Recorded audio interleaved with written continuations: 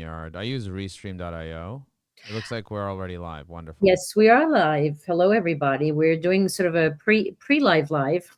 Yeah, pre-live live so we can test everything out and make So sure that's that everything is interesting. working. Yeah. Yeah, I'm going to switch over to Restream.io because I'm really pissed at StreamYard. StreamYard, take note that they like 2.5 their price without notifying anybody, and I've been a user since day one. So I was What are they currently charging right now? It's like instead of it's like they went from 190 a month to like 400 or something like that. I mean, really, 400? yeah. So I switched over to Restream.io just for a month. The one thing that Restream.io doesn't allow for, or didn't until recently, I put in a request for the feature, is you cannot reshuffle these little windows that we show up in the video windows, which means if you have more than two guests, which I do have on two of my shows, one of the guests bumps up into the logo, and that looks awful. So Restream promised me that by next year they'll have that fixed, and then and that was last year. So this year they'll have that fixed. And then when I went to cancel my StreamYard, they gave me a 50% discount. So I'm like, Wow. okay. So let me stay with StreamYard for one more year, wait for Restream.io to fix that window shuffling thingy-majig. Because Yeah. you see what I can do here is it's subtle, but I can resize the, oopsie, and then I lost you. I can resize these windows. Oh, wonderful. Yeah, yeah. But yeah, That's so wonderful. Restream.io is definitely a lot less expensive for sure. Yeah, and I bought a Black Friday special, so I got a pretty good deal on it. Nice. Yeah, that's probably what I'll Yeah. do. I'm always out. I have a list of things to look out for around Black Friday, and then I go for it.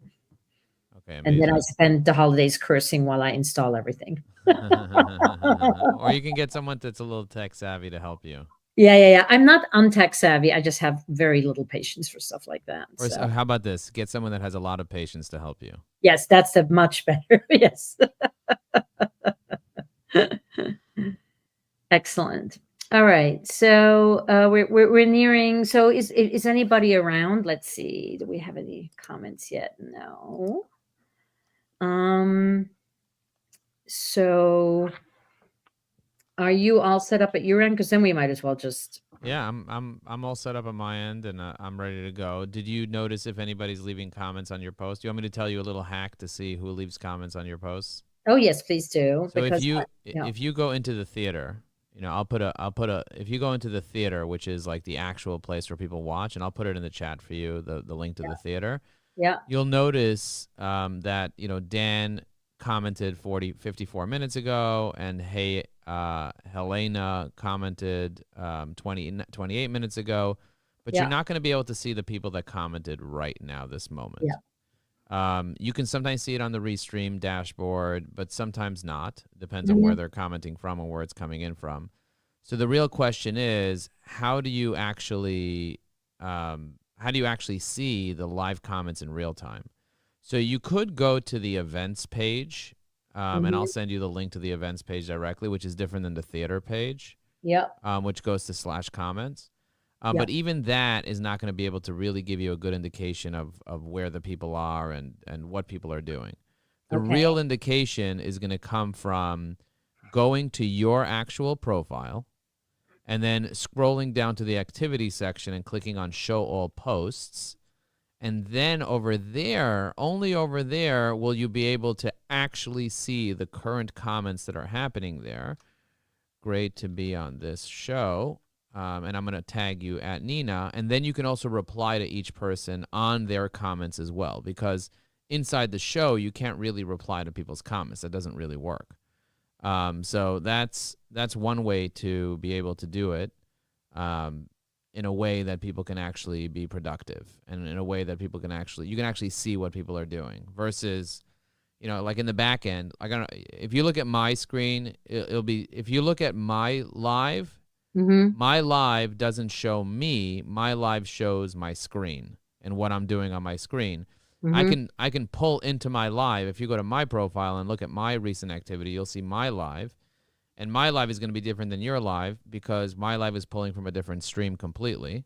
Right. And my live is showing my full screen, which includes right now a picture of me and you on one side, and then a picture of my screen, my what I'm browsing about on the other side.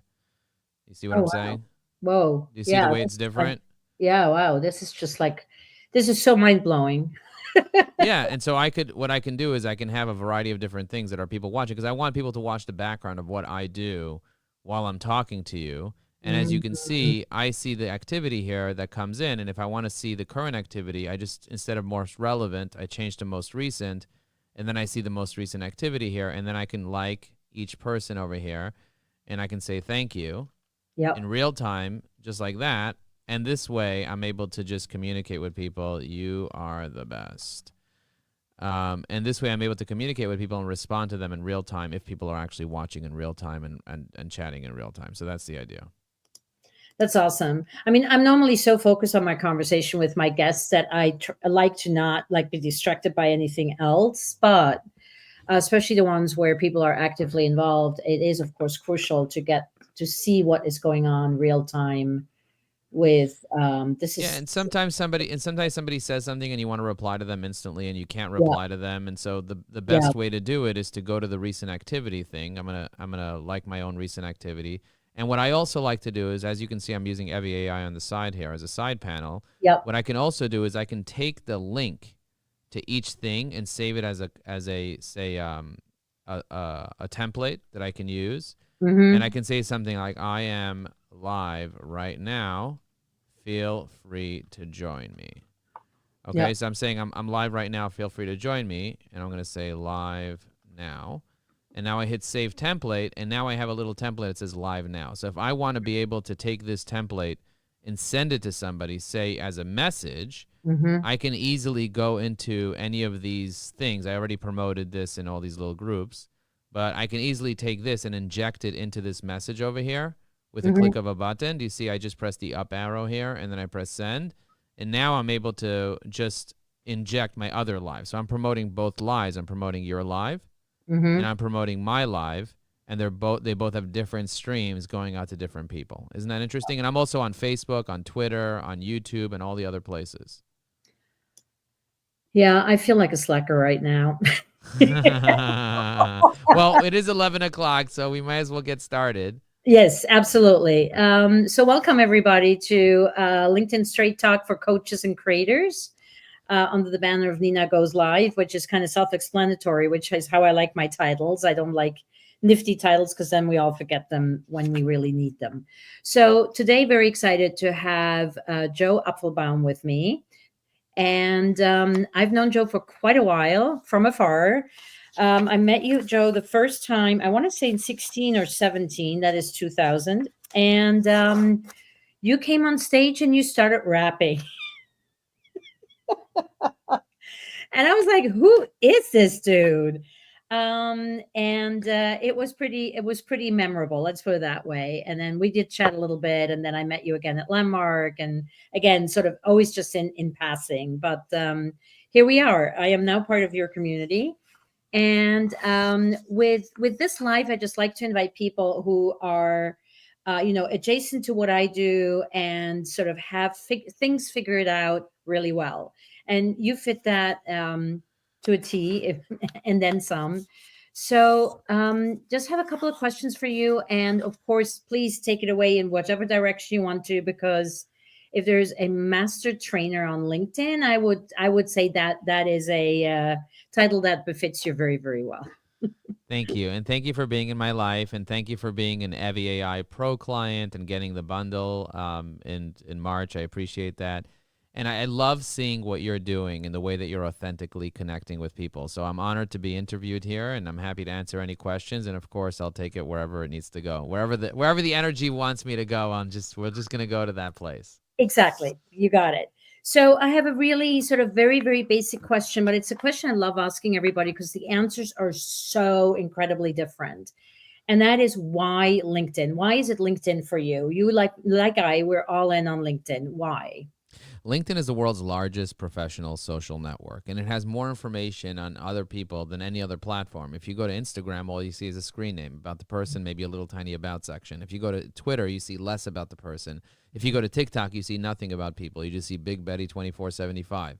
So my question to you is, where do you get real, authentic, verified, validated, government ID-backed information that you can't get anywhere else? And the answer is LinkedIn. And in the world of AI, it's so important for you to be able to do research on people. And now with a click of a button, I can deploy an agent and I could automatically start researching people. And this is the idea is like, where are you going to get the information to research people with? Are you going to use Twitter to research them? No, the answer is you're going to use LinkedIn because it has everybody's first name, last name, company name, where they work, where they worked before, where they went to school, where they went to school before that, who recommended them, who endorsed them, and also all the mutual connections you have with them, and any certifications, any licenses, anything that you need to know, what languages the person speaks. You know so much about somebody when you just look at their LinkedIn profile that you get a PhD in the relationship, in the person. And people don't care how much you know until they know how much you care. And in order for you to care someone, you have to get to know them. People do business with other people that they know, they like, and they trust.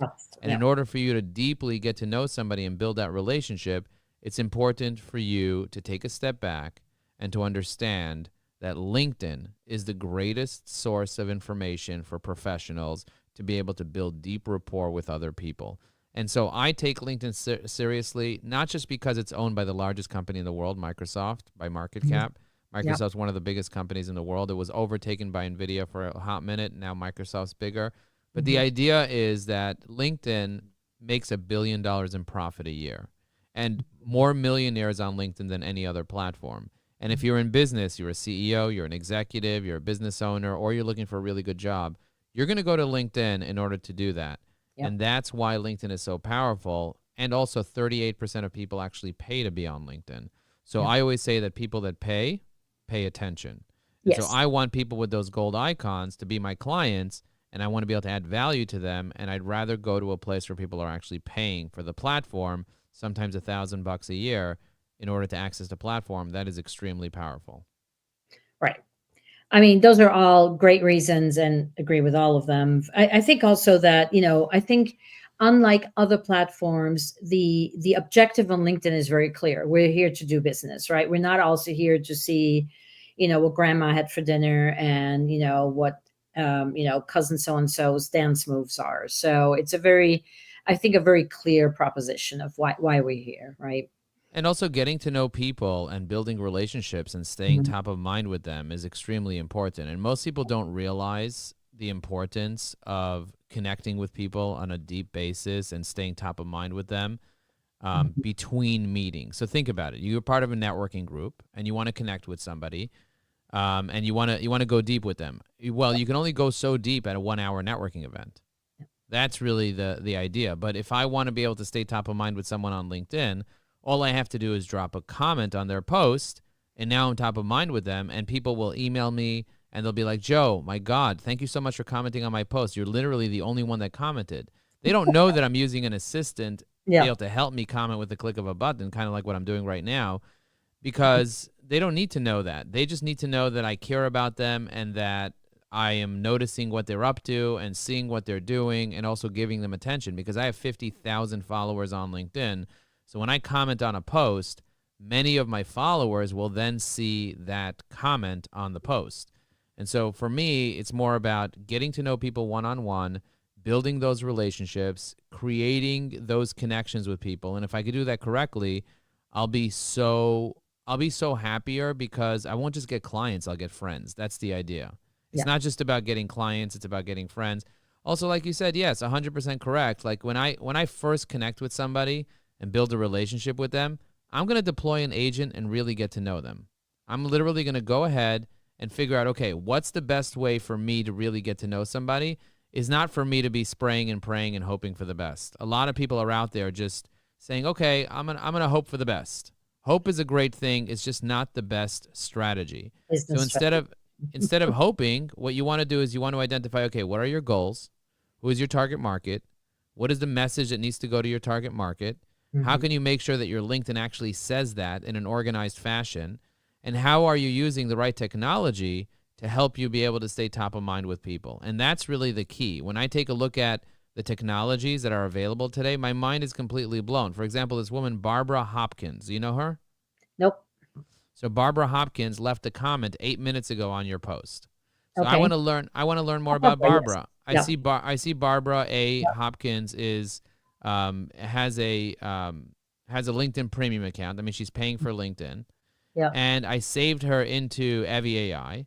And now what I can do is I can deploy an agent while I'm working with you right now. An agent could be scouring the internet, looking at everything about Barbara, telling me what she does for a living, who her target market is, what is her message, what she needs, what type of business opportunities are between us, because she has a robust background as a COO, board advisor, and M&A strategist.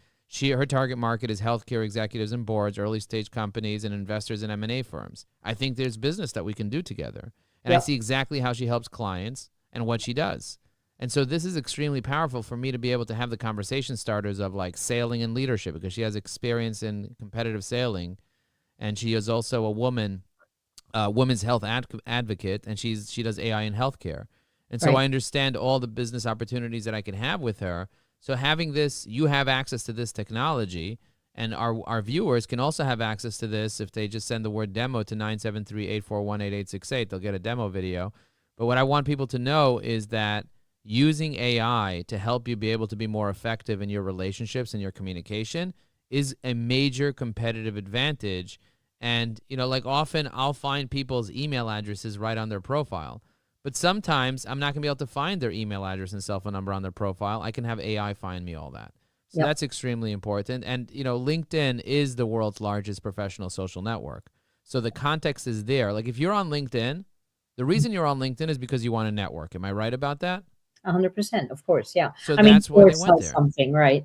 And by the way, Barbara, because she married at the audacity of it and took a different name. So I know her by Karpinska. So yes, of course, I know who Barbara is. Oh, amazing. And that, by the way, with the verify, that is a whole other ball game, but we won't go there. So you've mentioned the agent that you deployed. So for clarity, Joe has developed this amazing interface that sits on top of your LinkedIn. So there's no clashes with LinkedIn's terms and conditions of not being able to have plugins, etc. And what it does is that you can feed it the information of a LinkedIn profile that you're interested in, and it gives you all this amazing amount of information about that person by going on the internet and scouring everything. And you have it tied in with like a whole bunch of different AI tools, not just like ChatGPT or Claude. Like there's a whole long list, but it does so much more, right? It helps with the commenting. It helps with posts even. And that's where I really wanted to sort of ask you about, because, there's this whole freak out, let's call it, on the interweb, on the internet about, how much is any more written by people themselves and how much is AI written. And then there's like the sort of, consideration of how authentic are we anymore? I think you've found a good balance there and a good solution. Do you want to talk about that aspect a little bit with your tool? Absolutely. I did find a really good balance and a really good solution between using artificial intelligence and making sure that you are being authentic and yourself. And the concept is called personas. Yep. So if you want to have the AI sound like you, you have to train the artificial intelligence to sound like you. It's not automatically just going to sound like you because you want it to sound like you. Yep. It's only going to sound like you if you train it to sound like you. And so I tell people your tool is only as good as the training that you give your tool to have, just like your assistant is only as good as the training your assistant has. Yep. And we have a sales assistant that will help people be able to be more successful on LinkedIn. And with this concept called personas, it actually sounds like you if you train it to sound like you. Yeah. The crazy thing is that people don't understand the power of AI, and it's not so much about it taking over and doing stuff instead of you. It's doing stuff to support you. Yeah. You want to be able to have the support that you need in life. Yeah. If they say if you don't have an assistant, you are an assistant. And so why would you want to do all the assistant-related things if you can get your assistant to draft an email for you in your voice? Now, does that mean that you didn't write the email if your assistant drafted it for you? No, you wrote the email. You just had an assistant draft it. And by the way, when you speak, you think you're using your original words, or did you learn those words from somewhere else? So you trying to be authentic is really just about your ego trying to say, I don't want to borrow from anybody else. Meanwhile, every word you learned was from somebody else. Every thought you have is from somebody else. There's nothing new under the sun. In Hebrew, it says, there's ein chadash tachat hashemesh. What does that mean? That means everything is regurgitated. Everything that whatever was able to be created was already created. Somebody who took AI and created every possible song that will ever be able to be created, every possible melody with AI, to be able to prove that there's no such thing as copyright because you think you're copying it. No, we already created that song. Every possible mixture of every possible thing is already created. Every idea you have is a mixture of multiple other ideas combined into one and turned into one idea. So if you want to be and you'd be like, well, how am I supposed to be successful and I don't have a unique ID? Google didn't have a unique ID. It didn't have a unique idea.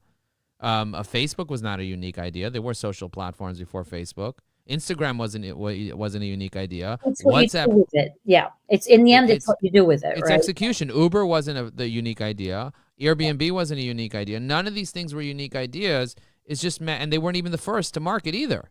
There were other Uber tools before Uber. There were other Facebook tools before Facebook. The thing is, how do you tell a story and how do you build a business around what you're trying to do and get out of that ego, but instead get into helping other people and making a difference for them? And so if I leave a comment for somebody, if the comment is not exactly in my voice, first of all, I can make it in my voice, but just because I didn't type it, it doesn't mean I didn't push a button to execute it. I deploy each thing manually. I read your post, and then I leave a comment. And the comment was generated with AI. That's fine because I'm the one that generated it, and I'm the one that read it and approved it.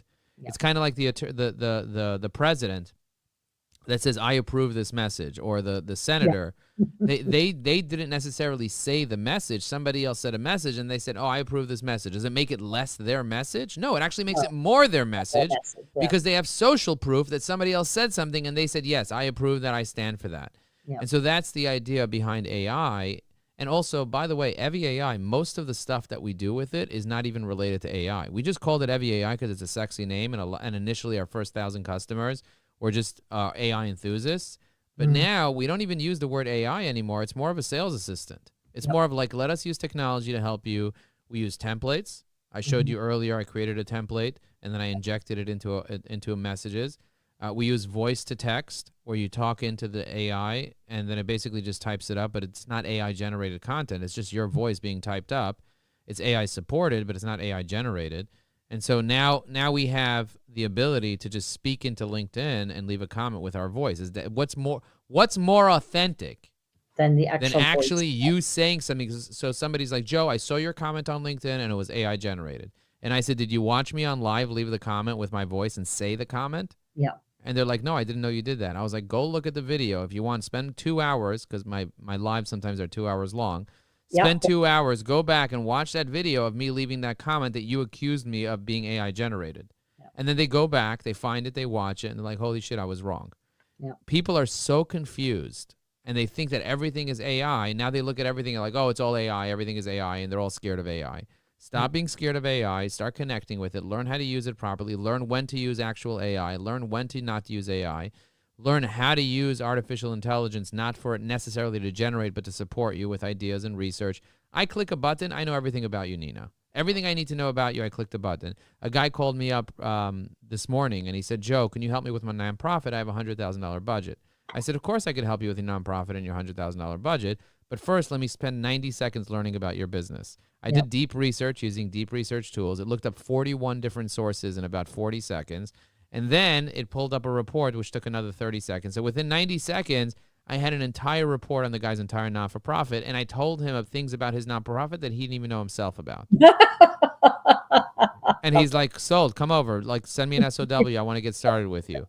Think about the opportunities that you can create. You know, people will hire you and trust you when you know more about them than they know about them. Yeah. Think about that. Yeah. Isn't that the ultimate turn on when you meet somebody and they know more about you? They're like, oh, they know me better than I know myself.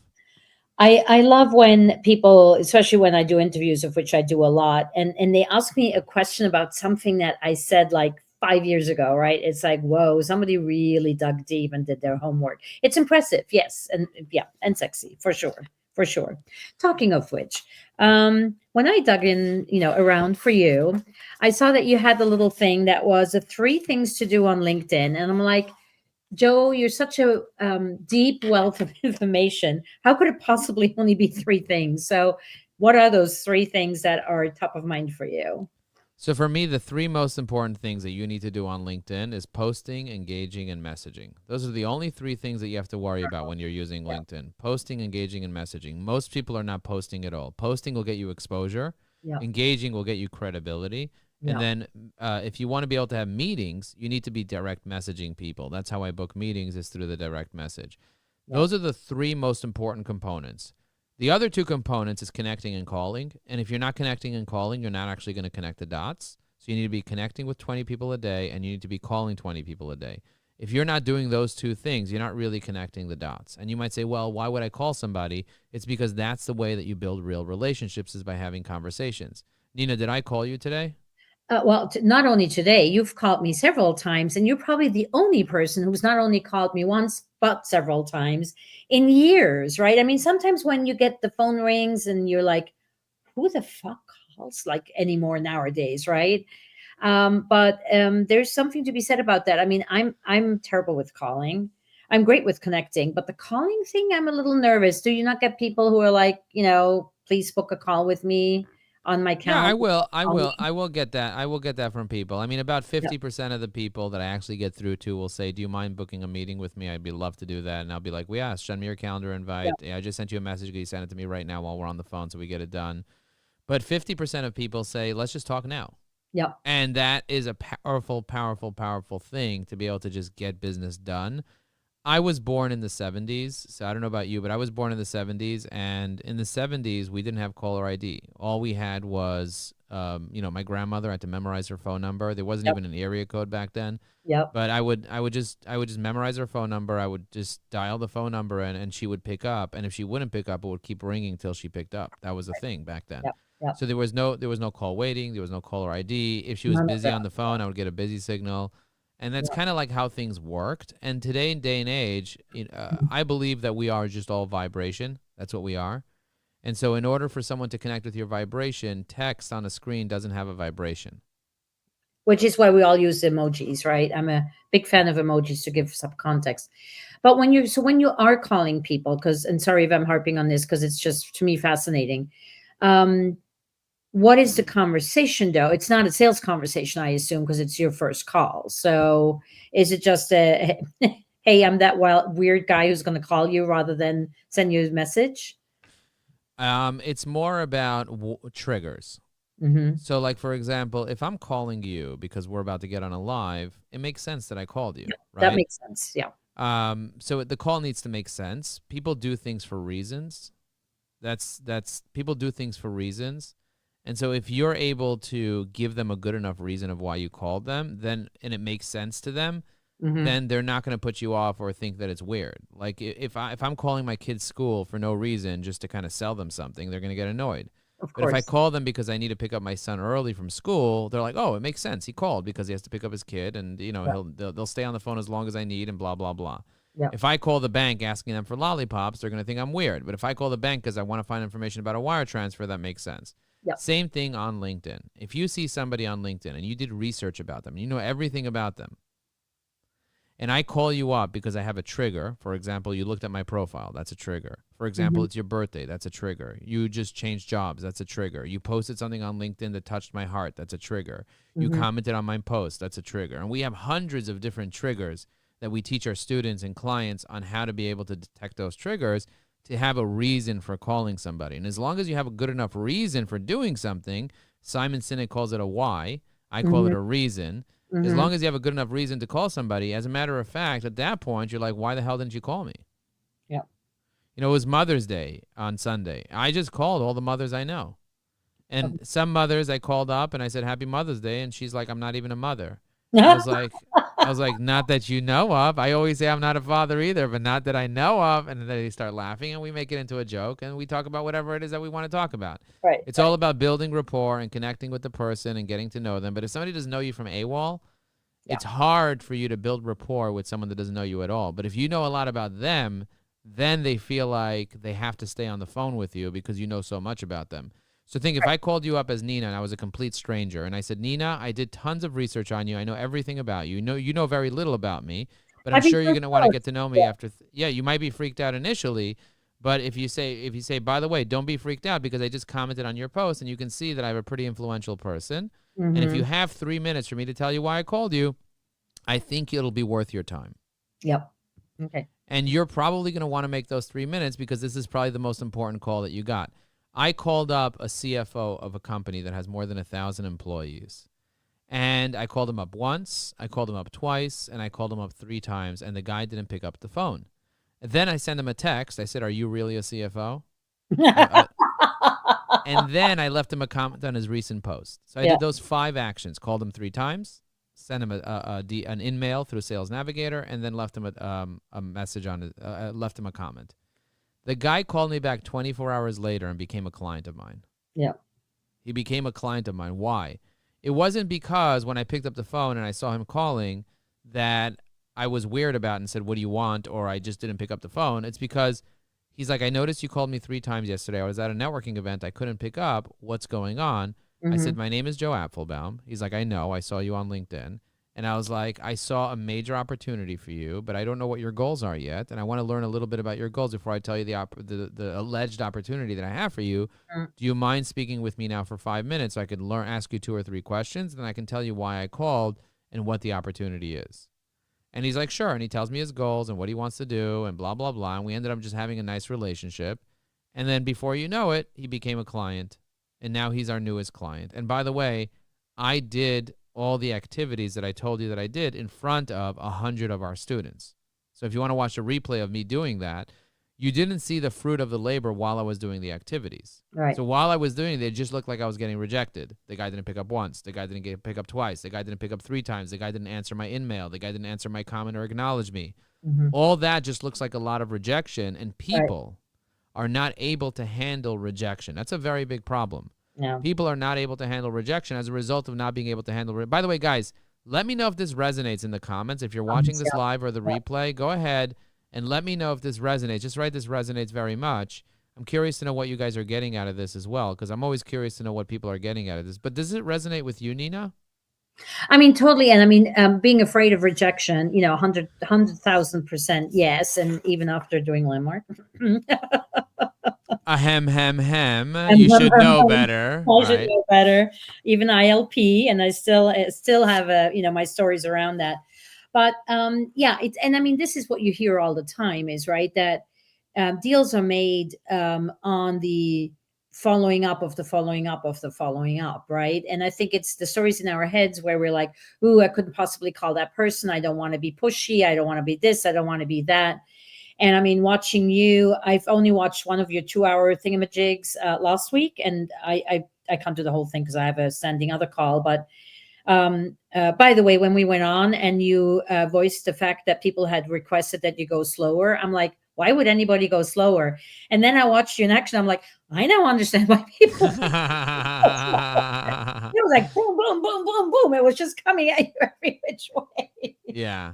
Anyway, to get back to the question is I think that, just being able to do it in front of an audience and call and be that in action is mind blowing. And, we do need to, I mean, for me, it's always like, how many more times can I beat a dead horse? But to your point, it's not a dead horse. It's a horse that was in a networking event and couldn't pick up the phone, right? And then was probably traveling home and then called you or reacted once they were finally home, right? So 100%. it's the stories that we have in our head about why people don't, why people seemingly reject us, right?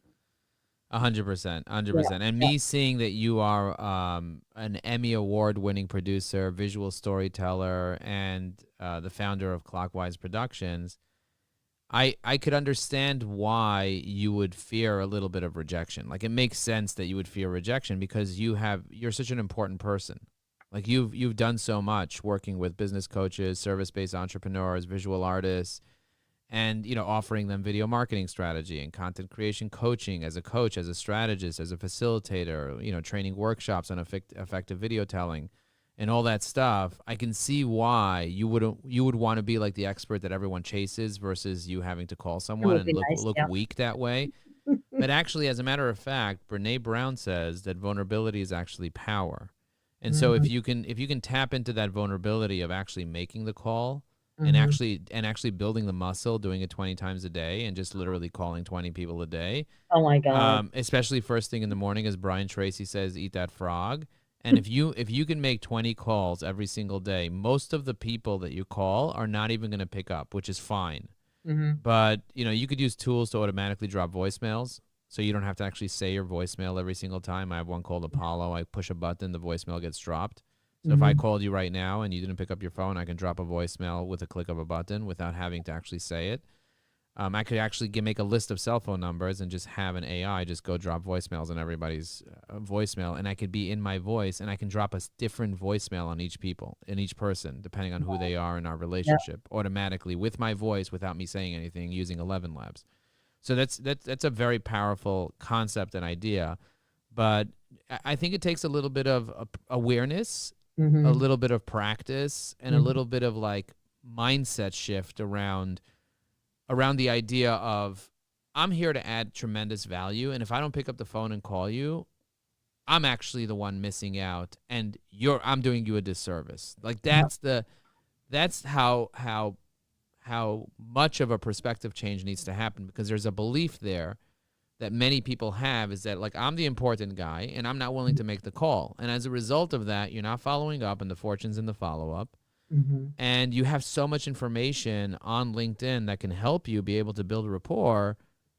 It makes it so much easier to make the call. That's why I say connecting and calling is really important. Yeah. But the exposure, credibility, and meetings is where it happens. So building those relationships, getting to know people, extremely important. But if you're not connecting and calling, you're not really going to get the whole picture. Yeah. I mean, that's a lesson to be learned. So posting, engaging. What was the third one? Commenting. Messaging.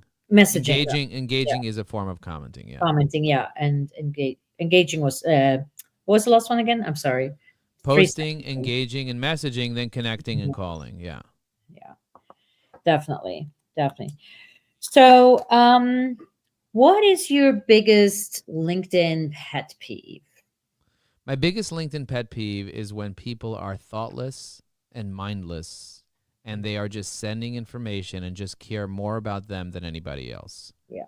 That's a huge problem that people have in general, but people are not treating LinkedIn as a 24/7 networking event. Instead, they're treating it like a sales call. Yeah. LinkedIn is not a sales call. LinkedIn is a networking platform where people come to build real relationships with other people, to get to know them. And if you shove your business card in someone's face, Nina, that's not going to work. Just shoving your business card doesn't work. So what does work? Putting in the work and really getting to know someone. So somebody sends me a message, Joe, do you need SEO? Do you need social media? Do you need web design? They don't know that I have a marketing agency for 17 years because they didn't take the time to even read my profile. Right. So I'll often reply to them and say, what's your favorite color? And they'll be like, what are you talking about? Like, what does my favorite color have to do with you needing SEO? Like, do you need SEO or not? I was like, I didn't come to your bodega to go shopping for a pack of cigarettes. I didn't walk in and ask you for a potato chips bag or if you carry deodorant. I didn't ask you that. I asked you what your favorite color is. And they're like, I don't get it. I was like, if you don't get it, watch this 4-hour video. You want me to do something? You do something. Watch a 4-hour video and take some notes and get back to me if you really want to do business with me. Yeah. And people are not going to do that. They're just going to ignore me because they're like, oh, this is not a guy that I can just take for SEO, that I can just take. Instead of taking, start giving. I believe that the secret to living is giving, not faking and taking. Yeah. Maybe waking and baking, but not faking and taking. The secret to living is giving and being there for other people, connecting with other people, getting to know other people, and realize that every connection is actually a person. There's a person behind it. You might think it's a robot, but it's not. It's a person.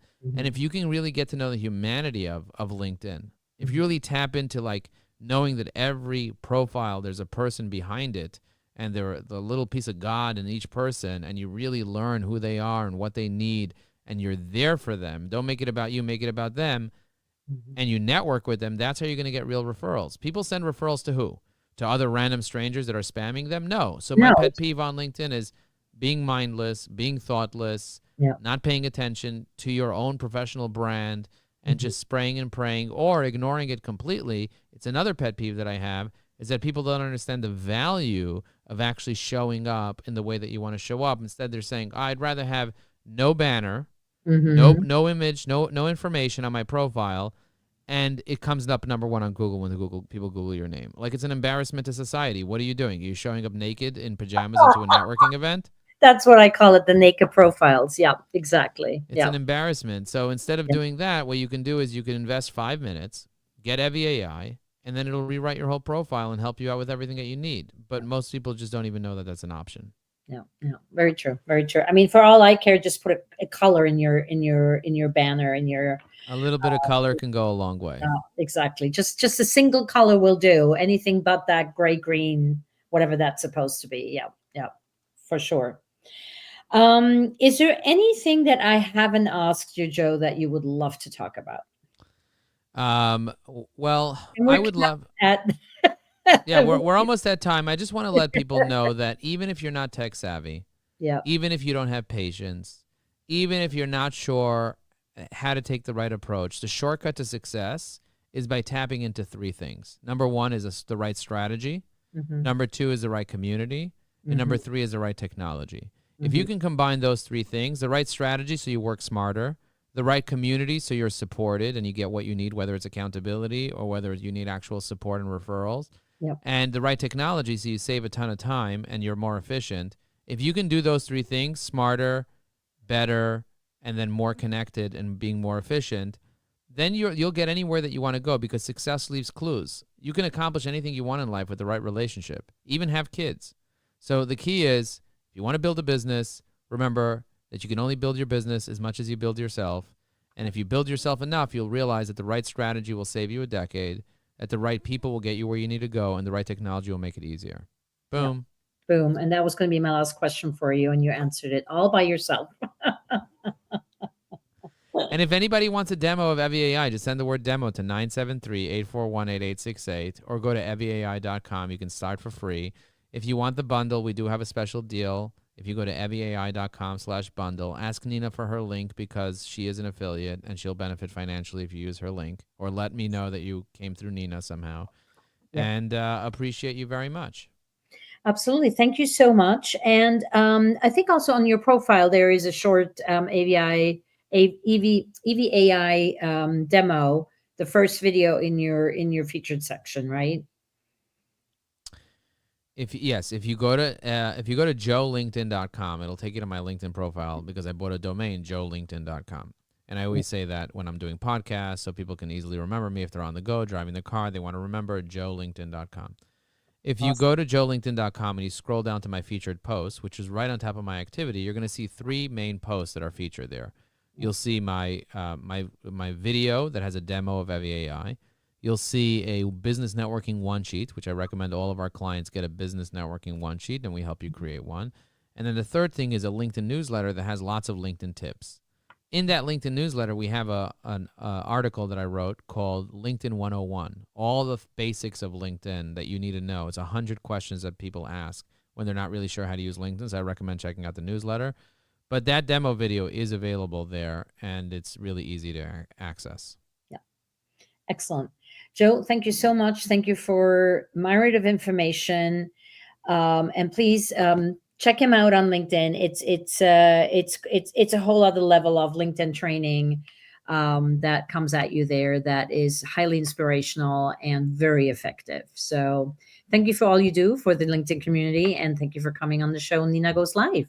My pleasure. Thank you for having me, Nina. If you guys are watching this live, make sure to hit that repost button so more people can see it, and I'll see you guys very soon. Boom. Absolutely. And I will be back in a month with Judy Schrum. Bye, Amazing. everybody. Bye, everyone.